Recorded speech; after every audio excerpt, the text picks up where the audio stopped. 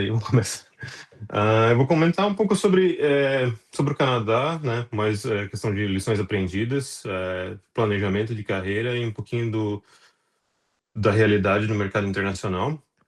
Mas se quiserem preparar perguntas para o final, porque eu acho que o mais importante é responder pergunta e dúvidas mais específicas, né? Então eu vou dar uma pincelada por cima sem tanto detalhe. Mas vamos lá. Um pouquinho sobre mim. Sou o Lucas, eu moro aqui em Toronto, eu trabalho numa startup de tecnologia como engenheiro de software. Eu vou falar um pouquinho da minha carreira. Então, só um overview rápido. Então, vou falar um pouquinho sobre minha trajetória, né, desde o UFC até agora aqui no Canadá.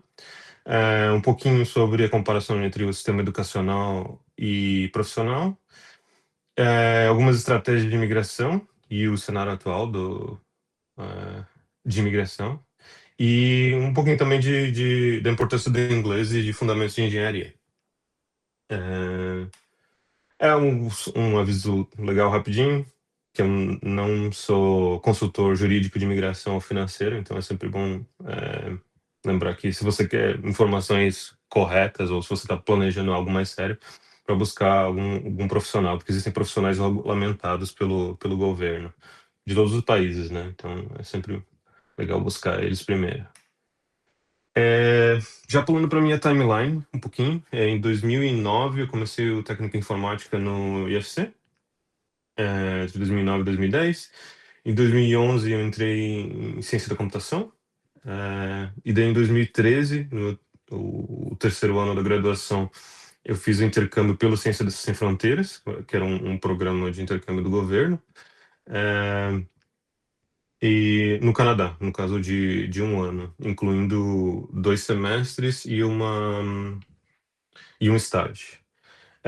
Depois, quando eu estava terminando a graduação de volta no Brasil, eu já comecei a trabalhar com o programador full stack aí em Rio do Sul. Eu tive algumas experiências antes, né, mas eu tô só dando um overview, porque no próprio técnico de informática a gente já faz um estágio, então ali eu já comecei a trabalhar como programador. Em 2016, eu entrei numa multinacional, então aqui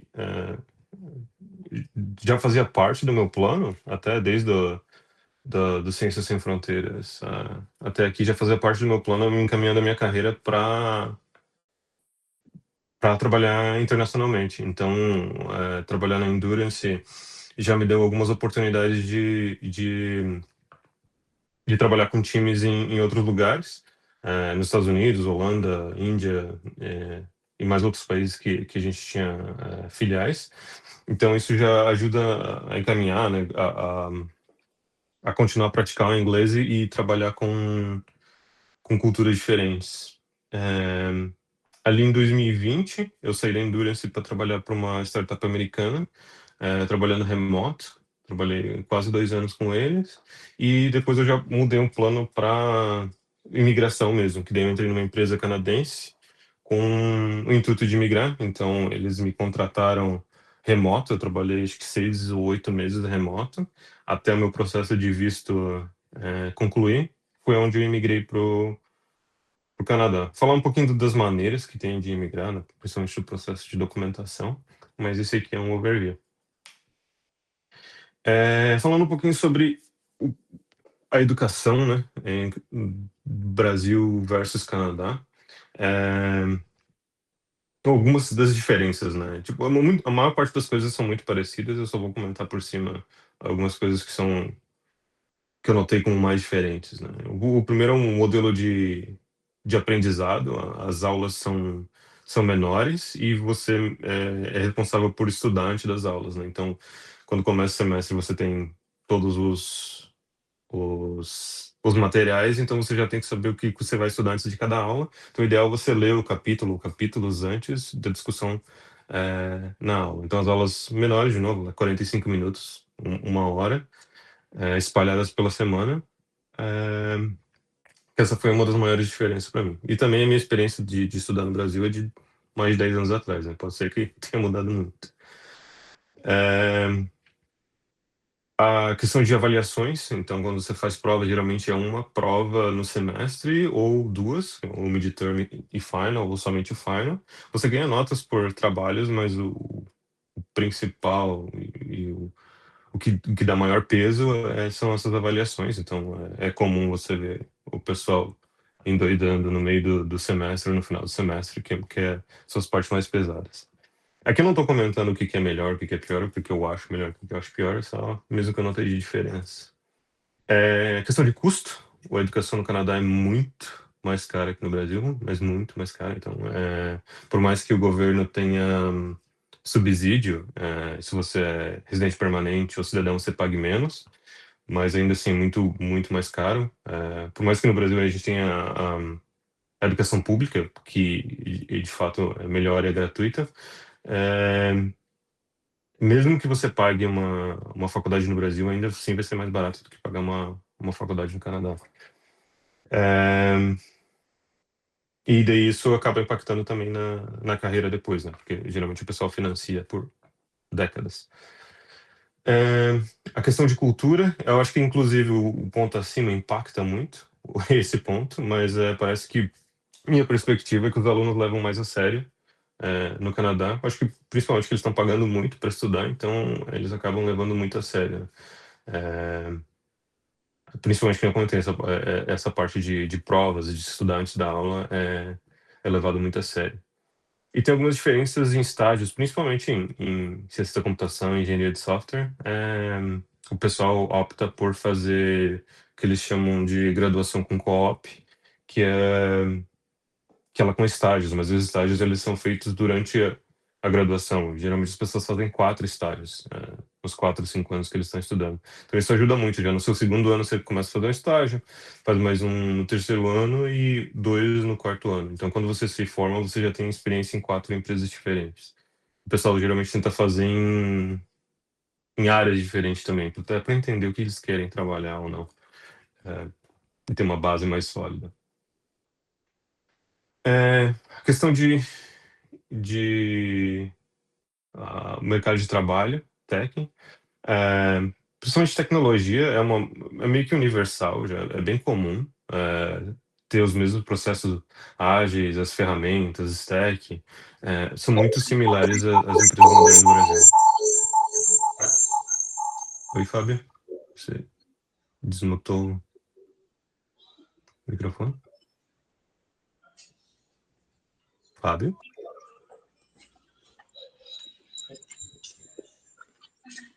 Olha, nós estamos com o microfone fechado aqui, então Ah, tá, não aqui sei tem o que está dois. dando aí essa microfonia. É que tem dois Fábio aqui pra mim. Eu vou sair de um. Ah, tá, beleza. Uhum. Palestra. Tu ficar na quarta cara. Uhum. Espera só um minuto, deixa eu só de volta aqui nessa mídia. Que tá com o microfone aberto. Eu tenho esse caderninho aqui, ó. Que eu não posso deixar contigo porque eu vou usar ele no doutorado, mas eu posso tirar uma foto aqui. Isso. Aí eu queria te mostrar aqui. Eu vou continuar aqui. Beleza. Se precisar, é só me chamar. Né? Beleza. Certo, eu vou falar um pouquinho mais disso aqui depois dessa comparação, mas acho que o mais importante aqui é citar que existem muitos tipos de empresa e isso acaba impactando muito essa carreira, até na hora de você escolher a empresa, você tem que entender que existem essas estruturas diferentes. Então, as empresas vão ter objetivos diferentes, a maneira de trabalhar delas é diferente, e isso no Canadá e no Brasil. Então, é, é muito importante entender isso, porque depois ajuda você a guiar, a entender o que você quer e até saber que o mercado de trabalho pode ser bem diferente, a experiência de uma pessoa para outra, por mais que elas tenham o mesmo cargo. Então, por exemplo, uma startup que ela é bancada por investidor, ela é muito diferente de uma startup que é bootstrapped, que é feita com o dinheiro dos próprios fundadores, que é diferente de uma scale-up, que é uma empresa que já é um pouco mais sólida, mas ela quer crescer exponencialmente agora. E daí tem corporação estabelecida, que nem banco, as próprias Big Tech, né, que o pessoal fala de FANG, Google, Amazon, Apple, etc. Aí temos as fábricas de software, que é muito comum no Brasil, principalmente para trabalhar para o exterior, que elas basicamente fazem software para outras empresas, então a experiência nelas é muito diferente em si. A agência de produto, governo, e daí tem os pequenos negócios também, né, que é tipo, eles contratam, mas eles não têm intenção de crescer. Então é muito importante você entender que nem todo emprego é igual, né? Principalmente em tecnologia. Aqui um pouquinho da parte de choque, eu coloquei choque entre aspas, porque a diferença, existem diferenças, mas não é nada gritante, né?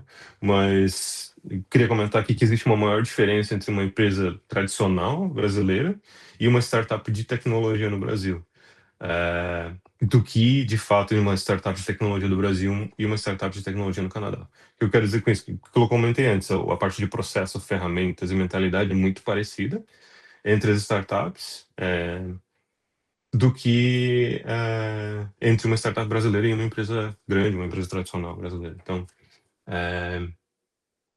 é bom entender essa mudança em si. Aqui falando um pouquinho da jornada de trabalho, o Canadá tem basicamente umas 2 horas a menos por dia, porque se trabalha daqui das 9 às 5, e no Brasil era geralmente das 8 às 6. Então, só nisso aí já dá algumas horas na semana. A parte de ferramentas ou investimento em si. Então, aqui como o poder de compra por causa do dólar é maior, fica muito mais fácil investir em licença, em computador, tudo quanto é tipo de ferramenta, com foco na produtividade do desenvolvedor, porque é mais barato, né? Porque o dólar é mais barato. Mas é uma coisa que você nota nitidamente, né?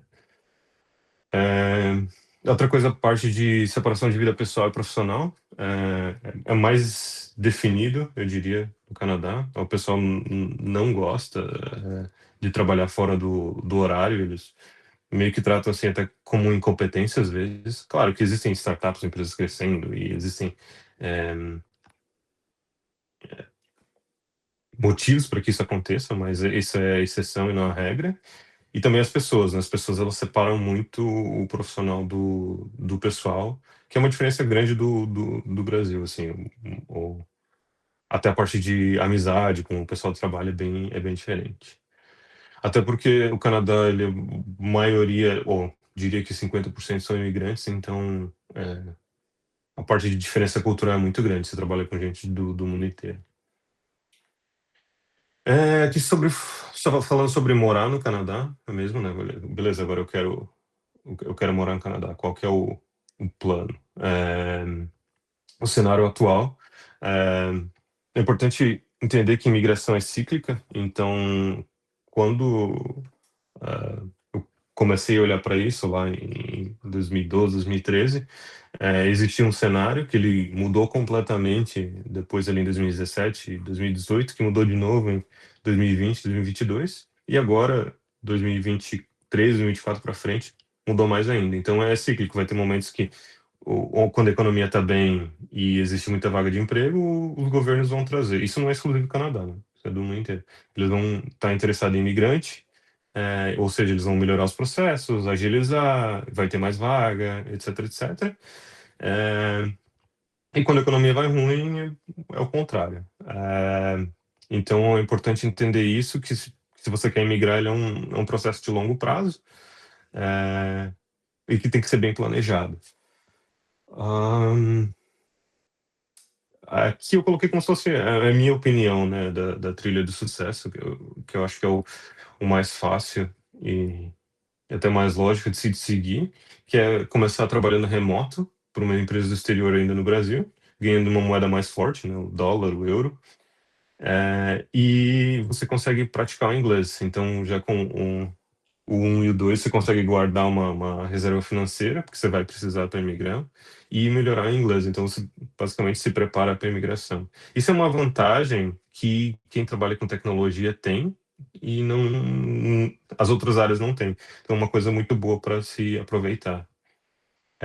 E daí, com isso, você já consegue migrar com uma linguagem e experiência internacional no currículo. Então, isso conta muito.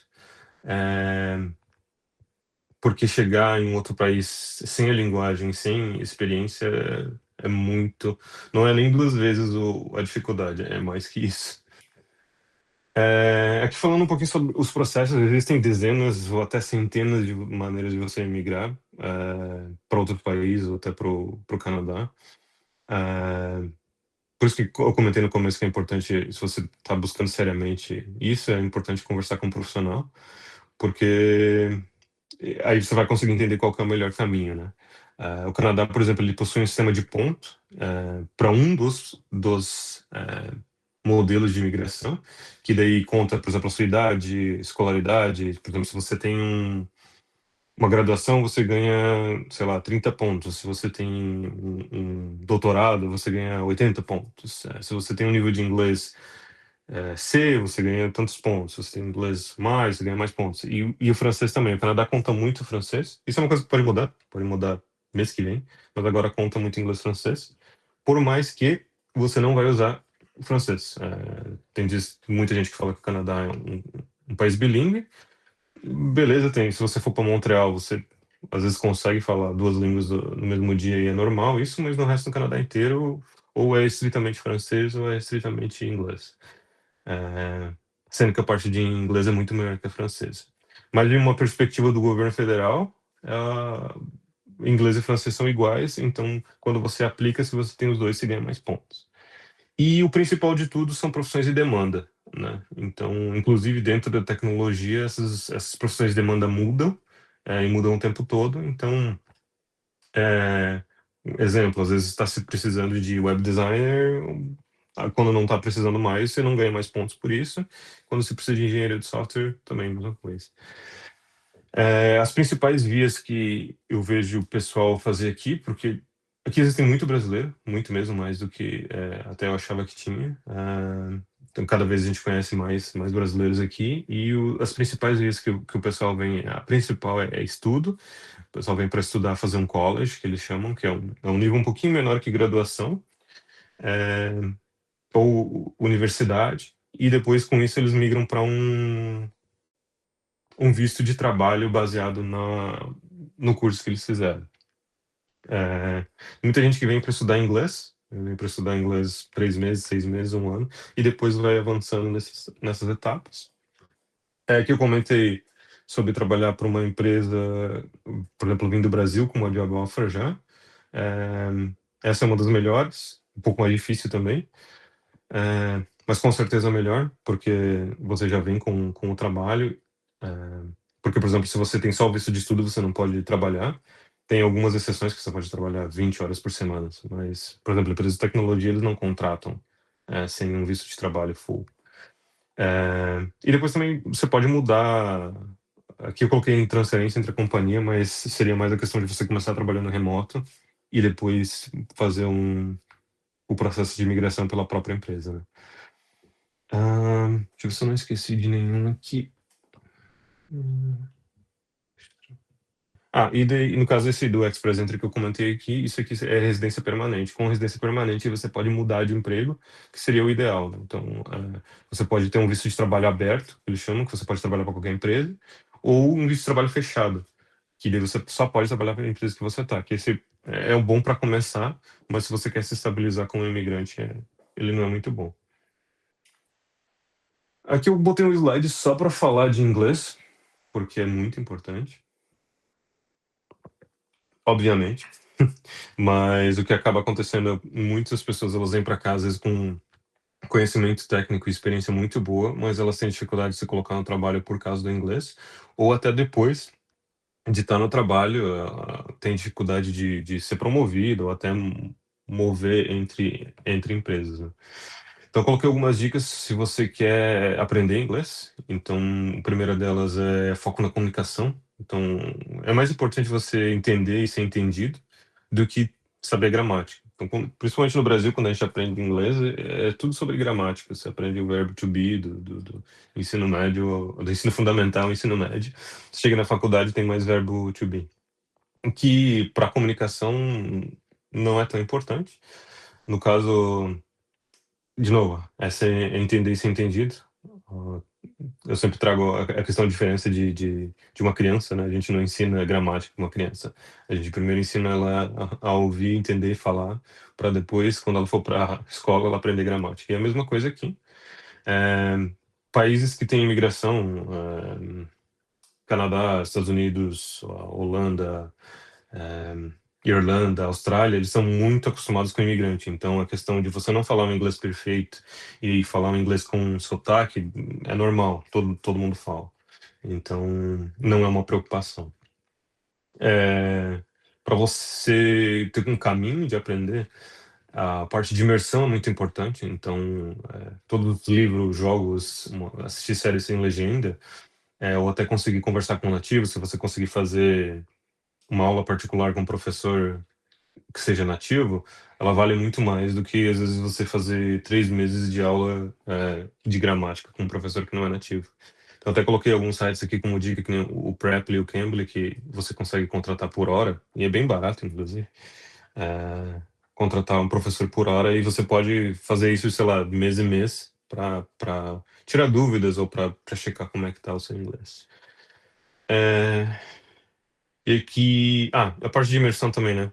Normal, todo mundo usa a mesma dica, que é mudar tudo que você tem, computador, celular, podcast, que você veja, tudo você muda para inglês, para você praticar isso no dia a dia. Porque o que mais conta é volume, né? Até por qualquer habilidade que você quer adquirir, conta a quantidade de horas que você passou se dedicando naquela habilidade, né? Então você não vai aprender inglês estudando 1 hora por semana. Então você tem que colocar a quantidade de mais horas que você conseguir se expor a um idioma melhor. Tem inclusive por isso que muita gente prefere economizar uma grana e fazer um intercâmbio só de inglês de 1 mês, 3 meses, porque é o que dá mais diferença. Parte de engenharia de software, eu coloquei aqui porque é a minha área, então eu posso falar bem, e ela é relacionada com ciência da computação. Aí falando um pouquinho sobre o diferencial, né? O que diferencia, por exemplo, quando você quer imigrar? Porque formandos em ciência da computação, engenharia de software existem no mundo inteiro, e no Canadá tem um monte também. Mas o que diferencia a gente e o que pode ser usado como vantagem competitiva, né? Então, coloquei a parte de fundamentos, extremamente importante. Então, sistemas operacionais, redes, Linux, complexidade de algoritmo, inteligência artificial e banco de dados, assim, eu vejo como os principais. E eu tô falando de fundamento mesmo, né? Então, inteligência artificial, falando de como funciona as coisas por baixo dos panos, como você cria uma rede neural artificial, como é que funciona uma LLM, como é que se cria uma LLM. Não como usar elas como uma ferramenta. Vou usar um curso, vou usar um chat GPT. Não é isso. E esses fundamentos, eles não mudam, né? Então, quando eu aprendi lá em 2011, eles são os mesmos, né? Sistemas operacionais não mudou, redes não mudou, Linux mudou muito pouco. E aqui, complexidade de algoritmos. No Brasil, sei que eu deveria ter colocado até no outro slide, mas no Brasil, complexidade de algoritmos ela é usada muito pouco para entrevista de emprego, e no Canadá e Estados Unidos é quase que 100%. Então, sempre que você faz uma entrevista, geralmente eles te pedem para resolver um problema, escrever um algoritmo, mas logo em seguida já vem a pergunta, tá, mas qual que é a complexidade de tempo e qual que é a complexidade de espaço desse algoritmo? E como é que você pode melhorar? E eles vão te explorando até você até eles entenderem qual que é o teu conhecimento sobre isso, né? É extremamente importante essas bases de ciência da computação. Depois disso, depois de você ter essas bases sólidas, a parte de especialização também é muito importante. Então, por exemplo, dos que eu conheço, são a parte de cloud, então você ser especializado em AWS, especializado em Azure, ou, por exemplo, você ter um mestrado em inteligência artificial, um doutorado em inteligência artificial, ou muita experiência em alguma linguagem, que nem, por exemplo, minha experiência com Go me ajudou muito na carreira. Então, essas coisas que você tem que entender, o que vai estar em demanda agora, que está em demanda agora, que vai estar em demanda em 2 a 5 anos, para você se especializar nessas coisas. Porque, principalmente no Canadá, eles contratam especialistas, não generalistas. Claro que a gente chama de um profissional T, né? Então você se especializa numa uma vertical muito bem, mas você ainda tem um conhecimento bom na horizontal. Por exemplo, você ser um back-end com uma experiência muito boa na sua linguagem de back-end, framework, sei lá.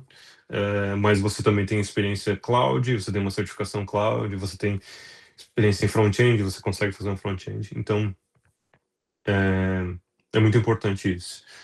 E certificações também. Certificações, elas são boas porque elas te ajudam a você adquirir experiência mesmo que você não consiga no seu emprego atual. Então, você, sei lá, você está trabalhando com uma programação back-end, mas você quer ter experiência AWS. Mas a sua empresa não tem cloud. Então, você pode ir buscar, estudar e fazer uma certificação para provar que você tem aquele conhecimento. Que isso vai te ajudar muito a alavancar a carreira, né? Isso conta muito na hora de ser contratado também. Eu achei interessante trazer um pouquinho sobre salários, que é mais uma comparação, e também até diria motivação, né? Mas existe um site chamado, deixa eu ver aqui, levels.fyi, que você consegue ver e comparar salários de cargos pelo mundo inteiro, principalmente na parte inglesa do mundo, né? Mas você consegue ver aqui por localização, empresa, título, etc. Mas que nem a gente pode pegar aqui Toronto, Toronto. Você consegue ver uma média salarial, até por nível entry-level ou sênior. Isso aqui os salários são sempre anuais, né? Então isso aqui é sempre dividido por 12. Eu trouxe isso aqui porque é sempre uma curiosidade minha de saber, beleza, mas qual que é o salário, né? E quais as vagas? Então aqui eu tô com um engenheiro de software, mas existem 300 mil cargos aqui para você poder comparar. Então, voltando aqui para os slides, eu trouxe comparação de Toronto, então eu tenho uma média de 137 mil para todos os níveis, né? Ele também te dá os percentais aqui de quanto quem está ganhando, né? Quem está acima de 90% do percentil do mercado. Mas é legal para você ter uma comparação. Vancouver, por exemplo, a média salarial de Vancouver já é maior que Toronto. Mas o que eu acho que é extremamente importante também citar custo de vida. Então, se você está trabalhando numa empresa pro Canadá, no Canadá, você vai gastar muito bem também. Então, não é um indicativo tão bom. A parte de imposto também. O Canadá, você paga muito mais imposto de renda que no Brasil. Eles costumam dizer que no Brasil a gente tem o leão e aqui no Canadá a gente tem o dragão, porque é muito mais. Então, por exemplo, aquele salário ali de 137 mil, ele vira um salário de 11 mil dólares por mês, mas só com imposto ele já vai. Impostos também você paga coisa que vai voltar para você, né? Não é só imposto direto. Mas o teu net pay vai para 7.500, né? Então, coloca aí mais um aluguel de 3 mil, então já diminuiu muito a renda. Aqui uma exemplificação de imposto. Acho que eu já expliquei. Então, o dólar canadense ele é menor que o americano, tá por volta de 3,8. Então, é um salário de 29 mil reais por mês. Mas, de novo, não adianta você ganhar 29 mil e gastar 25, né? Então, é só para ter uma ideia do mercado. Mas o que vale a pena, que até eu dei como dica de como começar, é trabalhar no Brasil para uma empresa do exterior. Daí você ganha numa moeda mais alta. Tem até um nome para isso que o pessoal usa. Não lembro como é que é o nome. Mas você ganha numa moeda mais alta e converte para real. Então, esse salário ali de 137 mil é um salário de 44 mil reais por mês. Como você trabalha para o exterior, o Brasil, e tem várias cidades no Brasil, você paga menos imposto. Então, esse valor aqui, para ter é bom você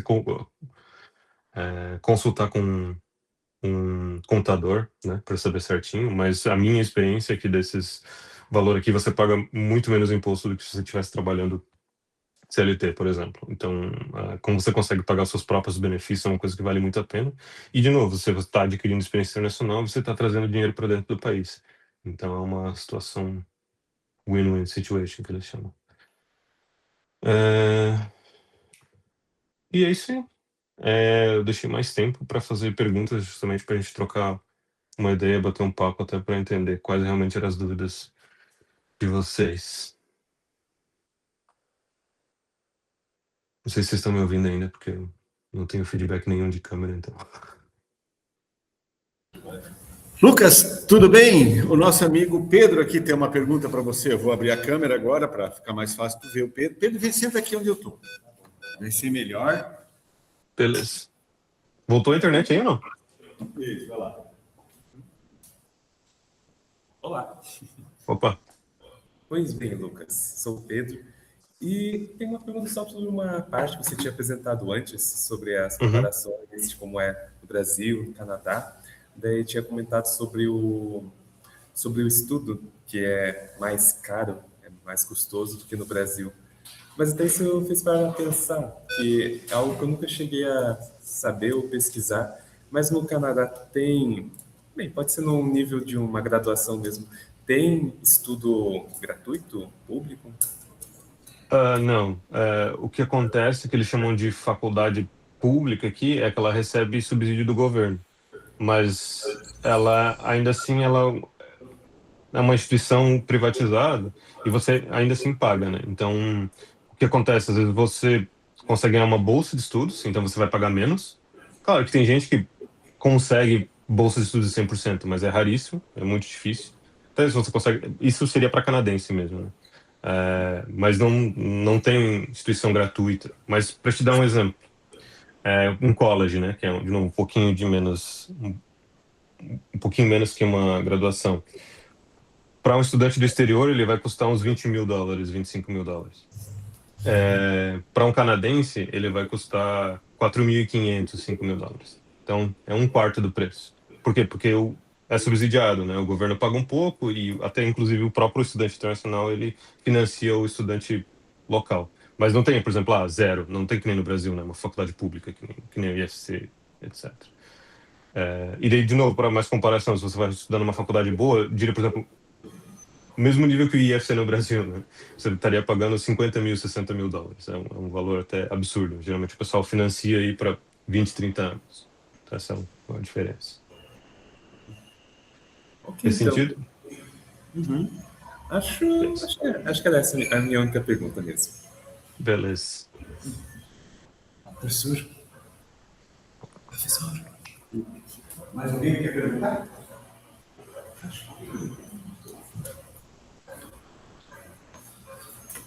Lucas, então, por enquanto, estamos sem mais perguntas aqui no momento. Logo, eu vou lhe enviar o link do vídeo e já é que eles fazem uma edição ali, colocam um logo, etc. e tal. E eu vou passar esse teu e-mail para que quem tiver interesse possa fazer as perguntas para você. Perfeito. Se quiser, pode me mandar no e-mail lá, até no LinkedIn, só achar meu nome no LinkedIn, lá mandar uma mensagem no chat. Sempre aberto para conversar, tirar dúvida. Tá? Então, tá joia. Uma outra pergunta. Pedro voltou para perguntar. Pedro, pergunta daí mesmo agora. É uma coisa que eu fico pensando, que toda essa questão de estágio, ir para um lugar distante, é algo que eu acho muito legal, de ter contato com outra cultura, tudo isso. Mas é uma coisa até que eu fico pensando bastante é a questão da família, de estar longe da família. E como que é isso para você? Para mim, eu já, por exemplo, já morava em Florianópolis e minha família é daí do Alto Vale, né? Então eu já tinha uma distância. Claro que não é tão distante assim, né? Mas você já está acostumado no dia a dia a viver sem a família. Então não é uma distância tão grande. Mas, dando exemplo de outras pessoas que eu conheço aqui, principalmente brasileiros, é uma coisa que eles sentem muita falta. E da família, da comida. Então, o que eu digo assim, se você é uma pessoa apegada à família, vale mais a pena, às vezes, você fazer um intercâmbio menor, de uns 3 meses, no máximo 6 meses, até para você ver como é que é, né? Ver quanto de saudade você sente. Mas tem muita gente que acaba voltando exclusivamente por causa de ficar, por causa da família, né? Então, eu tenho oportunidade, às vezes, sei lá, meu irmão vir para cá, meus pais vir para cá, então a gente tem contato. Óbvio que a gente se fala durante a semana o tempo inteiro, mas, por exemplo, tem o pessoal que está acostumado a estar na casa da mãe todo final de semana, então isso acaba pegando muito, muito forte. Aham. Mas é verdade, você falou do intercâmbio que ainda assim é uma grande oportunidade, não é ficar no lugar. Exato, exato. Muita gente acaba fazendo isso, inclusive, não sei se eu comentei, mas é comum ter brasileiros que eles vêm fazer mestrado para cá. E mestrado é até mais fácil de você conseguir bolsa, que é outro que você perguntou. Bolsa 100%, inclusive, e até eles te ajudam a pagar aluguel e tal. Então, assim, por mais que seja às vezes um mestrado de 2 anos, ainda não é o fim do mundo. Aham. Ok, então. Então, peraí, aqui. Obrigado. Valeu. Agora sim, professor. Era isso. Então, Lucas, nosso agradecimento. Uma salva de palmas virtual aí para você. Valeu. E até a próxima. Quando vier ao Brasil, se for aí no período letivo, já fica o convite para que você venha falar com os nossos alunos pessoalmente aí. Com certeza. Valeu, Fábio. Tomar aquele cafezinho aqui do IFC. Boa. Um grande abraço. Até Abração. mais. Até. Tchau, tchau.